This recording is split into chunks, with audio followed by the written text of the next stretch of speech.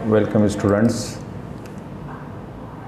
आज हम देखेंगे ऑटोकैड के अंदर मेनू बार को शो और हाइड कैसे किया। To show menu bar and hide menu bar.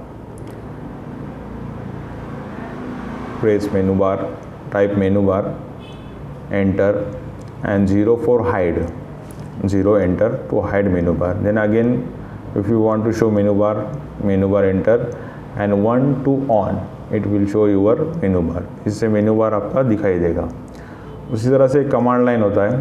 Command line कभी गलती से बंद हो जाता है तो उसके साथ एक मैसेज आता है, control 9 press control +9 to show your command line again. But जब हमारे सामने नहीं होता है, वो ऑफ होता है, तो समझ में नहीं आता है कि कौन से की से उसको ऑन करना है। तो press control +9, it will show your command line. That's it.